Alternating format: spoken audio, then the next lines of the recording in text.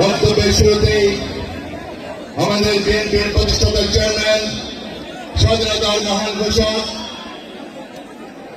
বাংলাদেশের সফল এবং প্রথম রাষ্ট্রপতি, রণাঙ্গনের বীর মুক্তিযোদ্ধা, সেক্টর কমান্ডার, বীর উত্তম খেতাবপ্রাপ্ত শহীদ রাষ্ট্রপতি জিয়াউর রহমানের প্রতি গভীর শ্রদ্ধা জানাই।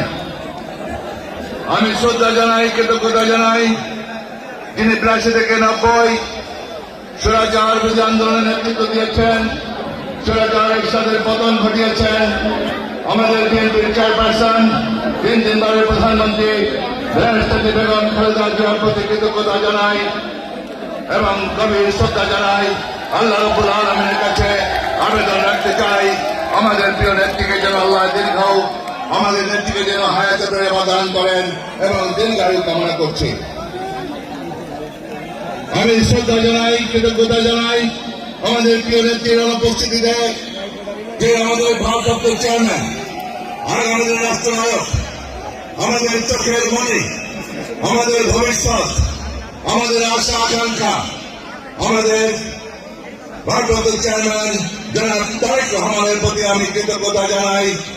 বেগম খালেদা জিয়ার অনুপস্থিতিতে আমাদের দলকে ঐক্যবদ্ধ রেখেছেন, আমাদের দলকে একটি আন্দোলনের নেতৃত্ব দিয়ে স্বৈরাচারের পতন নিশ্চিত করেছেন। আমি আপনাদের প্রতি কৃতজ্ঞতা জানাই। প্রিয় চট্টগ্রাম মন্ত্রণাবাসী, আপনারা বারবার আমাকে নির্বাচিত করেছেন, আমাকে ৩ বার নির্বাচিত করেছেন, বিপুল ভোটে আমাকে নির্বাচিত করে পবিত্র সংসদে পাঠিয়েছেন। সেজন্য আমি আমার ব্যক্তিগত পক্ষ থেকে, আমার দলের পক্ষ থেকে আমি চট্টগ্রাম মন্ত্রণাবাসীর প্রতি গভীর কৃতজ্ঞতা, গভীর শ্রদ্ধা জানাই।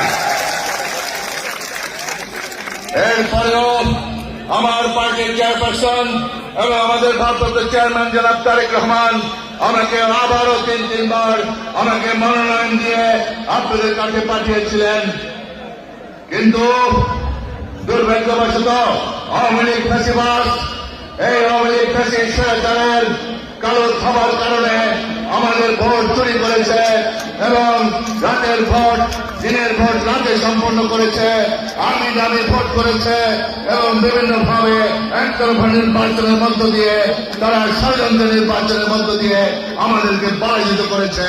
আপনারা জানেন, আমার নেতা কর্মীদেরকে মিথ্যা মামলা দিয়ে, গায়েবী মামলা দিয়ে আমাদেরকে নির্বাচন থেকে বিরত রেখেছে, আমাদের বাধাগ্রস্ত করেছে, আমার বাড়িতে ১৭ বার হামলা করেছে, ভাঙচুর করেছে।